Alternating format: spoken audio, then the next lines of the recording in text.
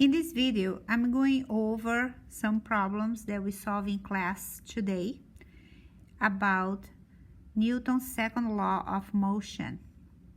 So problem number 1, it says that what is the force required to give a mass of 45.3 kilos and acceleration of 4.08 meters per second square. So my suggestion is start to create a data table. So as you read the problem, you are going to use the abbreviation for the variable, the value of the variable with its unit.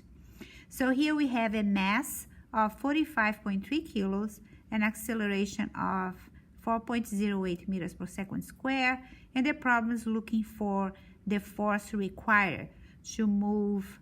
Didn't mention any box, but I draw a diagram to kind that go along with the story. So this is, let's say, a box that is going to be pulled by a force F with this acceleration. So how much will be this force if the mass of this box is 45.3 kilos?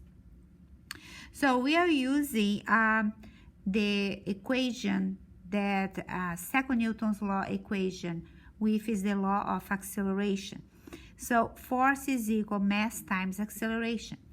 So understand that the acceleration of 4.08 meters per second square means that every second the velocity is going to be added 4.08 meters per second. So if this box starts to, well, the object starts from 0 at rest, so the initial velocity is 0. As apply this force with this acceleration, every second this box is going to gain a new velocity if there is no other forces acting against this motion. So then we do substitution. Mass is 45.3. At this time, I'm going to ask you to add the unit because I want to show where the Newton unit comes from. Times 4.08 meters per second square.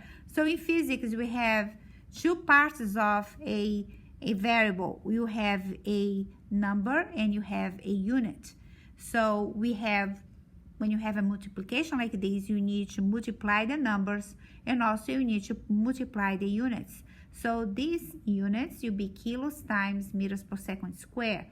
So this is a derived unit because a derived unit is form of base units. For example, kilos, meters, and second, they are base units. So combined together, we have a derived unit. So kilos times meters per second square, when we have a unit set up like that, that is Newton. So Newton is a derived unit and is equal to kilos times meters per second square. Problem number 2. What acceleration can be produced by a bat hitting a 0.765 kilos ball with a force of 12.2 Newton? So then you need to draw a data table to fill with variables. As you read the problem, you will start to fill the data table with variables. There is no structure like who is coming first. It's just like as you read, you just start to find the symbol for the variable and add the value combined with the unit. So here the mass of this baseball is 0.765 kilos. The force that the baseball actually is applying on the ball is 12.2 newtons, and is asking at which acceleration the ball is going to leave the bat after be hit by this bat, after hitting this.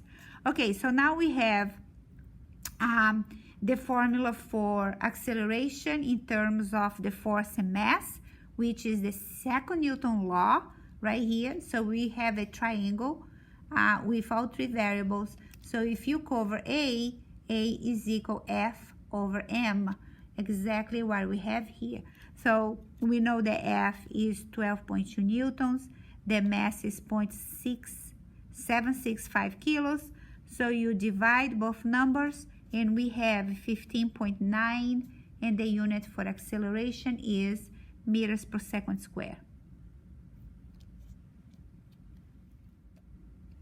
Problem number 3. If Hubert kicks a ball with a force of 24.3 newtons and causes it to accelerate at 5.51 meters per second square, what was the mass of the ball? So again, as we read the problem, we build this table with the symbols of the variables. In this case, the force was 24.3 newtons, the acceleration is 5.51 meters per second square, and is asking the mass of this ball. So here we have a diagram to illustrate the story. And again, since we are using the formula for Second's Newton law, so we can use this triangle to derive the formula for mass. So mass will be force divided by acceleration. So we have both information here, and you just divide those two numbers, and that will be 4.4 kilos. So very useful formula that you can use some information to indirectly measure the mass of an object. So this will be Second's Newton law. Problem number 4. A canoe which mass is 255 kilos slows down when water produces a drag of 117 newtons on the hull. What is the acceleration of the canoe? So again, you build your data table based on the story, using the symbols, the values with the right units. And as you fill this table, as you read the problem is asking what is the acceleration of the canoe. So let's say this is a aerial view of the canoe going down in the river. So we have here a drag force produced by the water. So this drag force opposes the motion. So we have to take in consideration the direction of this force. Since this force opposes the motion is kind of positive, so this force will be negative. So when we use the formula, acceleration is equal force divided by mass from the second Newton's law, so the force must be negative 117 divided by the mass. So our acceleration is minus or negative 0.459 meters per second square. So you may ask, why is the acceleration negative? So the canoe slows down because of drag force. So a general idea is any body in motion that slows down is decelerating. Therefore, the acceleration is negative or is going to a stop. It's another term that usually you see in physics problems. The object is moving, but it's going to a stop. So you make sure that you take in consideration the acceleration is negative. Let's go to problem number 5. What is the weight of a 350 kilo box? So I'm in this problem right here.